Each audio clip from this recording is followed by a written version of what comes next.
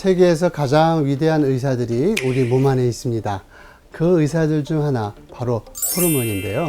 신경계처럼 호르몬은 내 몸 안을 항상 같은 상태로 유지하도록 신호를 전달하고 자극합니다. 자율신경계를 통한 신호 전달은 전기처럼 순간적이고 매우 빠르죠. 하지만 지속적이진 않습니다. 그런데 호르몬은요, 신호 전달은 시간은 걸리지만 효과는 비교적 지속적입니다. 신경계는 핸드폰 문자처럼 바로 전달되지만 호르몬은 우편 배달 같은 거라고 생각하시면 되겠어요. 사람 몸은 왜 늙을까요? 이유 아주 많죠. 이 중에서 가장 강력한 이유 중에 하나가 바로 호르몬입니다. 모든 호르몬이 감소하지는 않지만 나이가 들어가면서 감소되는 호르몬들이 있는데요. 성장 호르몬과 성호르몬, 멜라토닌과 갑상선 호르몬인데요.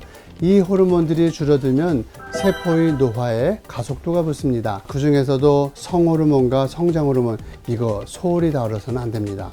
남녀를 불문하고 갱년기 때문에 다들 힘들어 하시는데 갱년기는 노화의 대표적인 현상으로 보기도 하는데요. 그보다는 성호르몬의 감소로 보는 것이 맞습니다. 남성과 여성의 생식선에서 분비되는 성호르몬인 테스토스테론과 에스트라디올과 프로게스테론은 혈액을 타고 생식세포나 조직에 전달되어서 생식기간과 생식 능력을 유지하게 해주는데요. 특히 45세에서 54세 정도 때 여성들의 경우 폐경에 이르게 되는데 이때 급격하게 체지방이 증가하고 비만해지는 경우들이 많아지고요. 골다공증에 걸리기도 쉽습니다. 남성분들도 마찬가지죠. 남성의 테스토스테론 분비가 줄어들면 생식 능력이 떨어지고 성욕도 감퇴하면서 발기부전의 증상으로 나타납니다. 이것만인가요? 노인분들이 잘 못 주무시는 것도 그렇고요. 움직이기 싫고 자신감도 떨어지니까 우울해지는 감정들까지 불러들이게 됩니다. 성장 호르몬의 감소도 노화의 주요 원인이죠. 성장 호르몬은 20세 정도의 정점을 이루었다가 매년 감소하면서 60대를 넘어서면 50% 정도의 수준만 남게 되는데 우리나라의 경우 65세 이상에서 35% 정도는 성장 호르몬 결핍에 해당합니다. 어릴 때에는 성장 호르몬이 세포수를 늘려서 키를 크게 하고 몸집을 크게 만드는 데 주력하지만 성인이 되면 재생과 회복, 항노화에 주력합니다. 성장 호르몬이 줄어들게 되면 신진대사에 문제가 발생하게 되는데요. 대표적으로 몸속에 지방이 쌓이고 골다공증과 같은 골밀도의 감소가 일어나고요. 동맥경화나 뇌졸중, 고혈압과 같은 심혈관 질환이 증가하기도 하죠. 특히 성장 호르몬은 우리 몸의 T셀이나 NK세포 같은 면역세포에도 관여되어 있기 때문에 면역력이 약해질 수가 있어요. 어깨와 허벅지 같은 곳에서 근육량이 감소하는 현상도 성장 호르몬 감소와 연결이 되어 있고요. 결국 성장 호르몬의 결핍이 산소를 흡수하는 능력과 신체의 운동 능력을 떨어뜨리니 조금만 먹어도 살이 찌고 몸이 바뀌게 되는 것이죠. 성호르몬과 성장 호르몬은 노인일지라도 그 차이는 엄청나게 다를 수 있습니다. 그렇다면 우수한 호르몬 상태를 유지하는 젊은 노인의 라이프 스타일을 따라 할 필요가 있겠죠. 젊음을 유지하는 분들은 이렇게 합니다.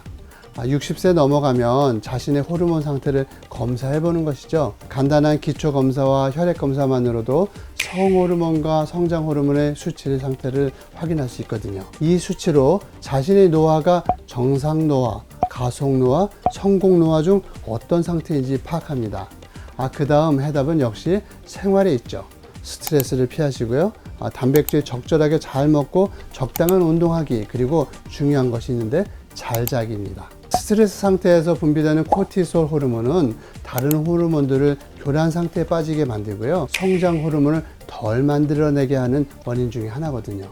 가끔씩 심호흡을 하거나 햇볕을 쬐면서 가볍게 걷는 것도 좋고요. 잠자는 시간은 멜라토닌과 성장 호르몬을 조절하고 합성해내는 가장 중요한 골든타임이니 푹 잘 주무셔야겠죠. 젊음을 유지하는 분들 뭐 드시는지 눈여겨볼 필요가 있습니다.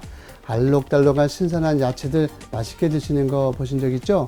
여러 영양소들을 골고루 먹는 것이 좋고요. 특히 주재료인 단백질은 작심하고 드셔야 합니다. 4가지의 먹기 원칙이 있죠.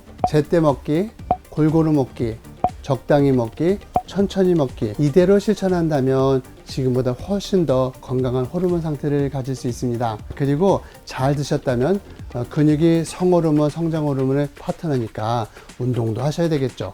비만도 해결하고 적정한 체중을 유지하면서 근력 운동을 통해서 나이 들수록 점점 쪼그라드는 근육을 유지하면 얼마나 좋아지겠어요. 유산소 운동을 통해서 호르몬이 운반되는 혈액을 원활하게 해주는 것도 필요하고요. 이 정도의 생활을 유지하는 것만으로도 지금보다 훨씬 더 젊은 노인의 삶을 영위할 수 있을 겁니다. 젊음의 비결 중 호르몬 건강하게 유지하기, 잘 실천해 보세요. 이창호와 함께하는 젊은 노인의학 시리즈 다음 편도 기대해 주시고요.